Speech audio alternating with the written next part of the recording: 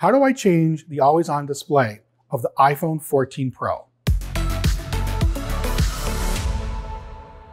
Hi, I'm Eric Zeman, Managing Editor of Consumer Electronics at PC Mag. With the iPhone 14 Pro, you can customize the always-on display. I'm going to show you how. First, go to Settings. Then, scroll down until you find Wallpaper. Select Wallpaper. Select Customize.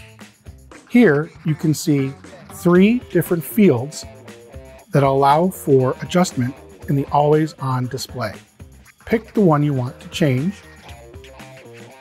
Select the widgets you wish to appear in that area.